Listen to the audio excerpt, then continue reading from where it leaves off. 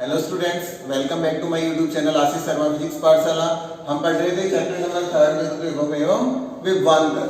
आज हम टॉपिक पढ़ेंगे किसी विद्युत द्विध्रुव के कारण विद्युत विभव। देखिए, विद्युत द्विध्रुव के कारण विद्युत विभव ज्ञात करने के लिए हमें क्या करना होगा। सबसे पहले हम एक विद्युत द्विध्रुव बनाएंगे। तो विद्युत द्विध्रुव क्या होता है? दो छोटे छोटे आवेश जो परिमाण में समान लेकिन प्रकृति उनकी कैसी होनी चाहिए, विपरीत एवं अति अल्प दूरी पर स्थित होने चाहिए। ये हमारे पास आवेश है -q और ये आवेश है +q। परिमाण में दोनों समान है, प्रकृति विपरीत है। ये माइनस है, ये प्लस है। ये परस्पर अति अल्प दूरी पर स्थित है। ये मैंने इनका मध्य बिंदु माना है O। ये जो डिस्टेंस है यहां से यहां तक की ये a और इससे आगे की जो डिस्टेंस है ये भी a। इसका मतलब 2a दूरी पर ये स्थित है। ये -q जो है इसका पॉइंट मैंने मान लिया a और इसका पॉइंट मैंने मान लिया b। ऐसा आपने फर्स्ट चैप्टर में पढ़ा था। ये क्या है? हमारा विद्युत द्विध्रुव। अभी हमें क्या करना है, ये इसकी अक्ष और ये क्या हो जाएगी, इसकी निरक्ष। जब हमने विद्युत द्विध्रुव के कारण विद्युत क्षेत्र की तीव्रता ज्ञात की थी तो यही दो स्थितियां काम में ली थी। पहला इसकी अक्ष के किसी बिंदु पर, दूसरा इसकी निरक्ष के किसी बिंदु पर। इस बार हम क्या करेंगे, एक ऐसा बिंदु लेंगे जो ना तो इसकी अक्ष पर है और ना ही इसकी निरक्ष पर, और उसी की सहायता से हम इसके अक्ष और निरक्ष दोनों पर विभव का मान ज्ञात करेंगे। तो देखिए, मान लीजिए मैंने मान लिया ये कोई पॉइंट P है। इस पॉइंट P पर मुझे विद्युत विभव चाहिए। इस P की सेंटर पॉइंट O से जो डिस्टेंस है दैट इज R, और ये जो एंगल है ये मैंने कितना मान लिया, थीटा। ठीक है, चित्र का वर्णन करेंगे हम। चित्रानुसार एक विद्युत द्विध्रुव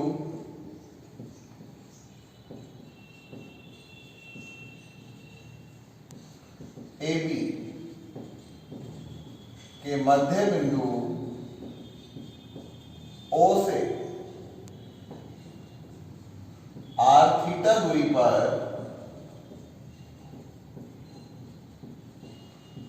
बिंदु P स्थित है, जिस पर हमें क्या ज्ञात करना है, विद्युत विभव ज्ञात करना। क्लियर हुआ यहां तक? अगर हमें इस पॉइंट P पर विद्युत विभव निकालना है तो हमें एक बार इसकी -q से डिस्टेंस देखनी होगी और एक बार +q से डिस्टेंस। तो -q से जो इसकी डिस्टेंस है, let's suppose that is R1। कितनी मान ली अपन ने? R1। और +q से जो डिस्टेंस है इसकी ये मैंने मान ली R। क्लियर? अभी हमें क्या करना है, पहले -q के कारण देखिए इस पर जो विभव आएगा उसको मैंने मान लिया Vp। अब विभव कैसी राशि है? अदिश राशि है। इसका मतलब बिंदु P पर जो कुल विभव होगा इस -q आवेश के कारण उत्पन्न विभव एवं इस +q आवेश के कारण उत्पन्न विभव का अदिश योगफल मींस बीजगणितीय योग चिन्ह सहित योग होगा।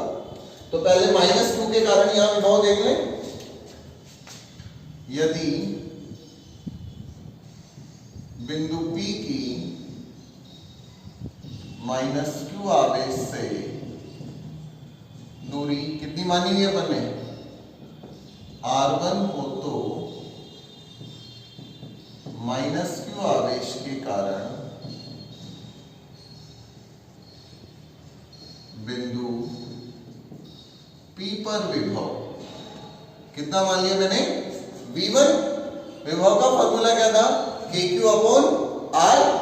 माइनस में है तो K -q, R डिस्टेंस कितनी है, R1, तो क्या आ जाएगा, R1।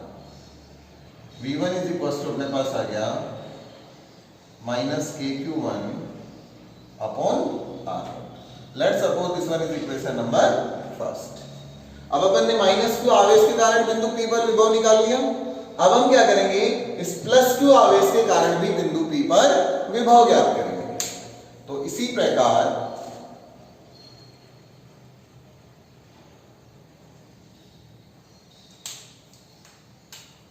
यदि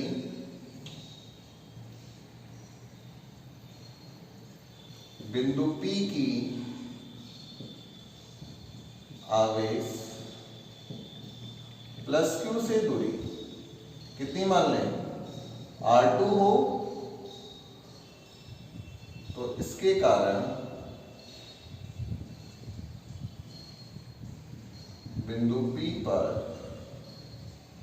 विभव V2 कितना होगा, V2 इज इक्वल टू वही KQ अपॉन R। तो K यहां पर प्लस Q है और ये R2, तो यहां से आपके पास V2 बराबर कितना आ गया, KQ upon R। This is equation number second. अब देखिए हमें विभव ज्ञात करना है बिंदु P पर। बिंदु P पर विभव इन दोनों आवेशों के कारण उत्पन्न विभवों का अदिश योग होगा। तो यदि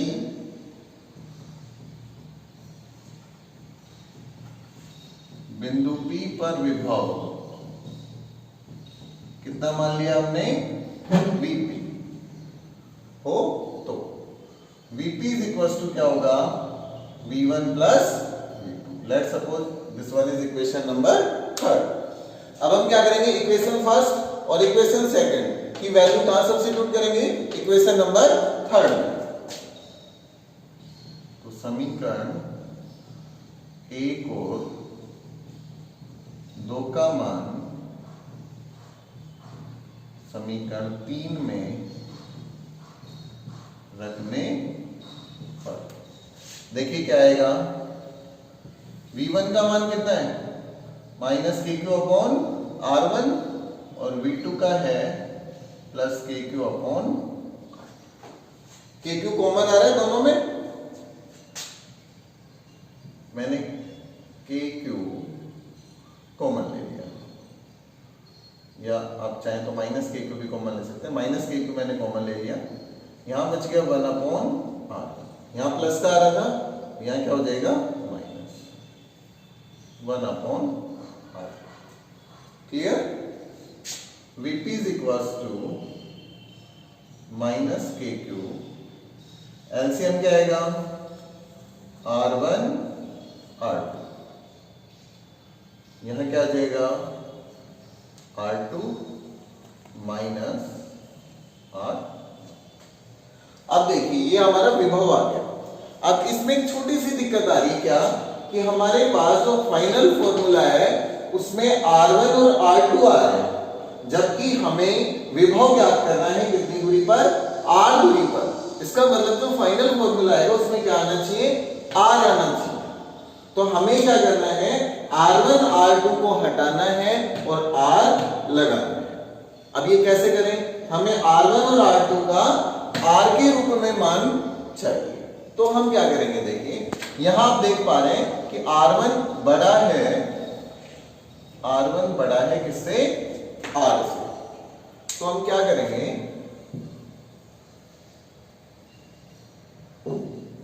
इसको थोड़ा सा नीचे की तरफ बढ़ाएंगे, ठीक है, और यहां से इस पर एक लंब डाल देंगे।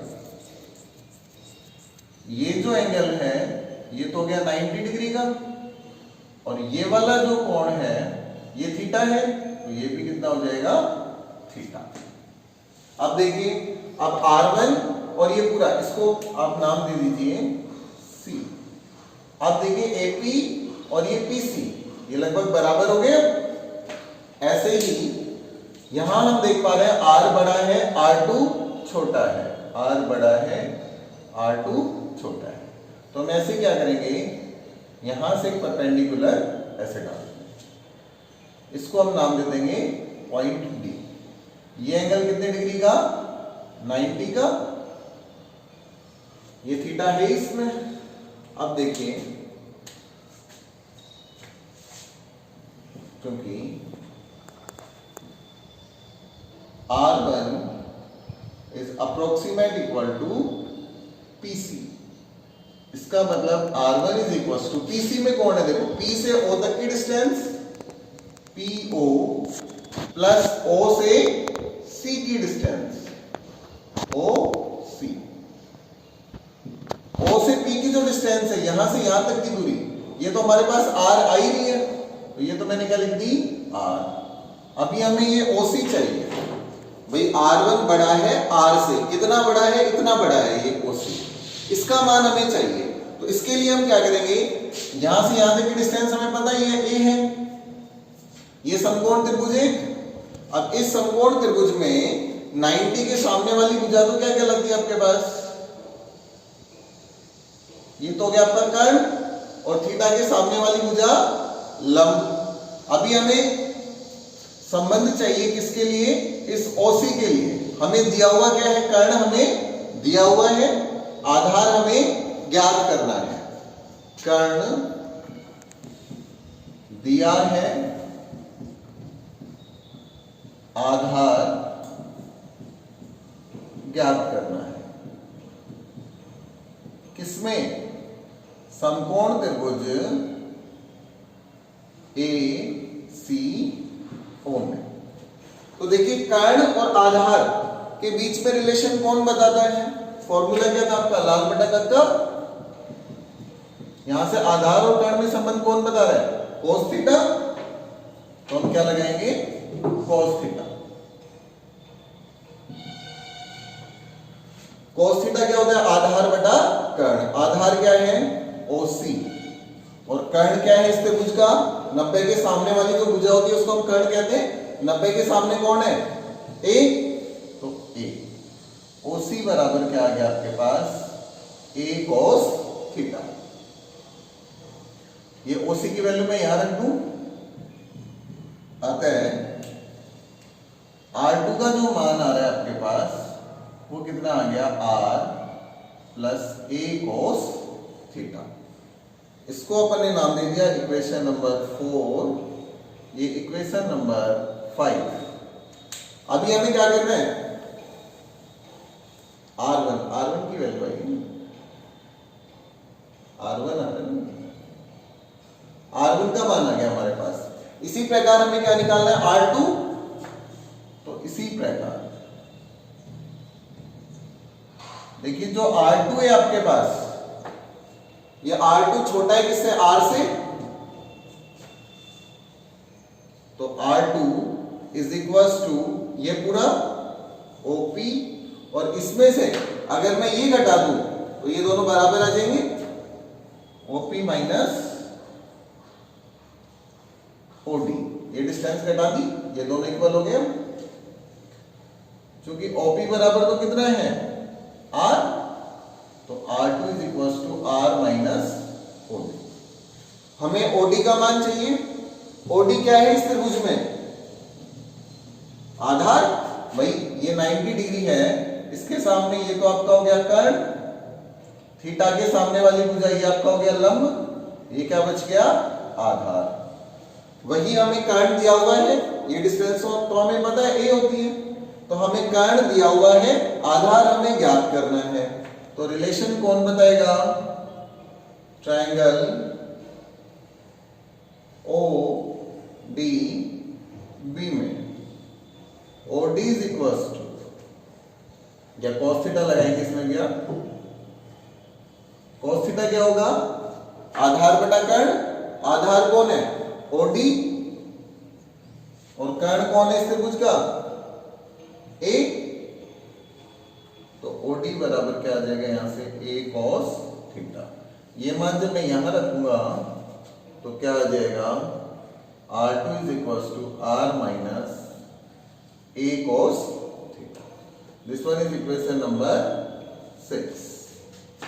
अब हम क्या करेंगे, हमें R1 और R2 का मान ही तो बदलना था R की फॉर्म में, ये आ गया हमारे पास यहां से। तो समीकरण 5 और 6 से R1 और R2 का मान कहां रख देंगे, समीकरण 4।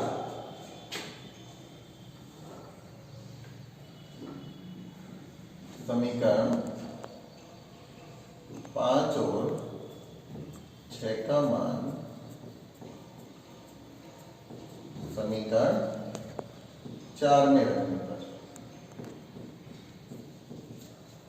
ठीक है, देखिए Vp is equals to minus k q R2 कितना रहे R minus a cos theta, तो R minus a cos theta minus R1 कितना रहे R plus a cos theta upon R1 R2, तो R plus a cos theta into R minus a cos. ये हमने कुछ नहीं किया, R1 और R2 का जो मान है वो हमने उठा के इस समीकरण में रखा है। Vp is equals to minus k q. देखिए इसको माइनस को अंदर मल्टीप्लाई करेंगे, यहां से आ रहा है हमारे पास R minus a cos theta minus R, minus का प्लस से मल्टीप्लाई करेंगे तो माइनस ए कॉस थीटा। ये formula a plus b a minus b क्या हो जाएगा a square minus b. R से आर आपका cancel out. Vp is equals to minus k q minus a cos theta, minus a cos theta कितना हो गया minus 2a cos theta, और यहां से आ गया r square minus a square cos square theta. अब देखिए ए तो क्या था पहले बहुत छोटा है, और स्क्वायर कर देंगे तो और भी अधिक छोटा हो जाएगा, क्योंकि r square is very very greater than a square cos square theta. अतः a square cos square theta को नगण्य मानकर छोड़ने पर Vp is equals to minus k q minus 2a cos theta, इसको हटा देंगे हम, क्या बच गया r square, minus minus plus हो जाएगा। आपको बताया था जहां भी q और 2a देखो एक साथ लिख लिया करो, तो k q इंटू 2a, इन दोनों को अपन ने एक साथ लिख दिया, माइनस माइनस प्लस हो ही गया, इन दोनों को एक साथ लिख दिया, बच गया क्या cos थीटा अपॉन r। अब q इंटू 2a क्या बन गया p, जहां p क्या है द्विध्रुव आघूर्ण है, तो Vp इज इक्वल्स टू क्या आ गया आपके पास finally Kp cos theta upon r square. और ये आपके पास किसी विद्युत द्विध्रुव के कारण विद्युत विभव का क्या होता है सूत्र होता है। एक बार इसको दोबारा से समझिए, हमें इस विद्युत द्विध्रुव के कारण इसके किसी बिंदु P पर विद्युत विभव ज्ञात करना है। हमने क्या किया, यहां से यहां की डिस्टेंस मानी r1, यहां से यहां की डिस्टेंस मानी r2। एक बार माइनस q के कारण यहां विभव देखा माइनस kq1 अपॉन r1, फिर हमने प्लस q के कारण यहां विभव देखा kq अपॉन r2। इन दोनों को हम जोड़ेंगे तो क्या आ जाएगा minus kq upon r1 plus kq upon r2।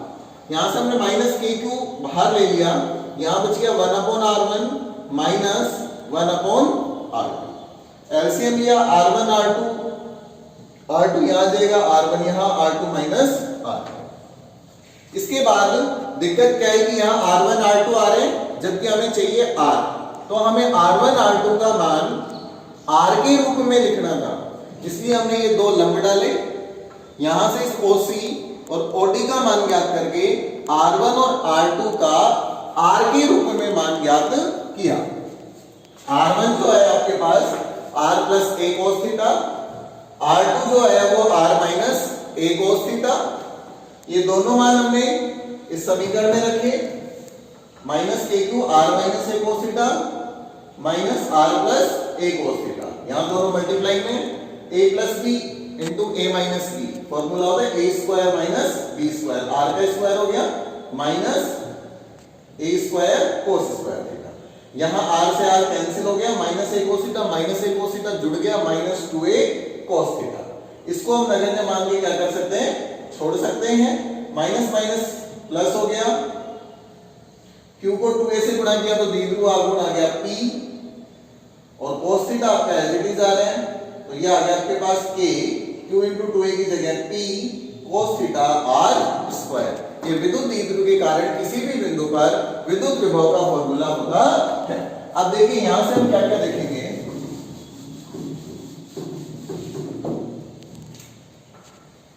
विद्युत द्विध्रुव के कारण आ क्या रहा था हमारे पास विभव, Vp is equals to Kp cos theta upon r square. यहां से क्या क्या सिद्ध हो रहा है, फर्स्ट द्विध्रुव के कारण विभव r स्क्वायर मीन्स दूरी के वर्ग के व्युत्क्रमानुपाती होता है। जबकि एकल आवेश के कारण क्या आ रहा था, kq अपॉन r, तो यहां तो r के व्युत्क्रमानुपाती था, जबकि द्विध्रुव के कारण r स्क्वायर के व्युत्क्रमानुपाती है।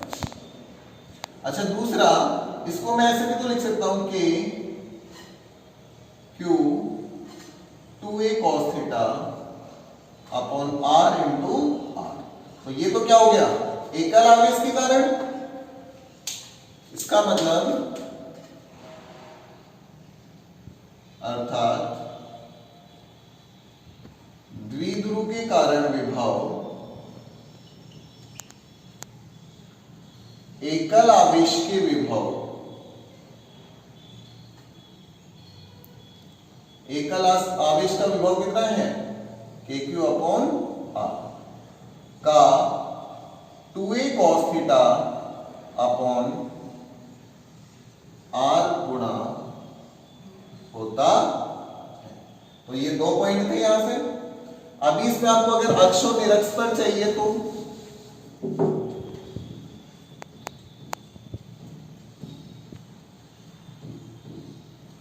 देखिए, अक्ष के लिए देखिए, पहले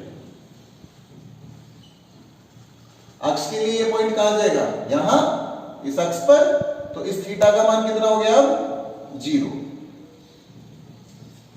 तो Vp is equals to Kp cos 0 upon r square, cos 0 का मान 1, तो Vp बराबर क्या आ गया, Kp अपॉन r। ये कहां आ गया, अक्ष, ठीक है। जबकि निरक्ष पर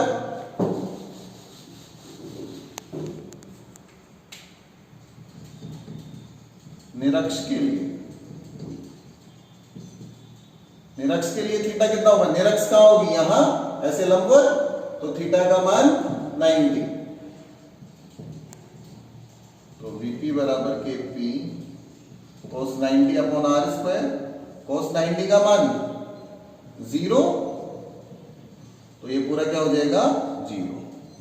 इसका मतलब V निरक्ष बराबर 0। लेकिन निरक्ष पर विद्युत क्षेत्र की तीव्रता तो शून्य नहीं होती, लेकिन विभव क्या होता है, शून्य, और अक्ष पर कितना है, Kp अपॉन r स्क्वायर। तो ये था किसी भी विद्युत द्विध्रुव के कारण विद्युत विभव।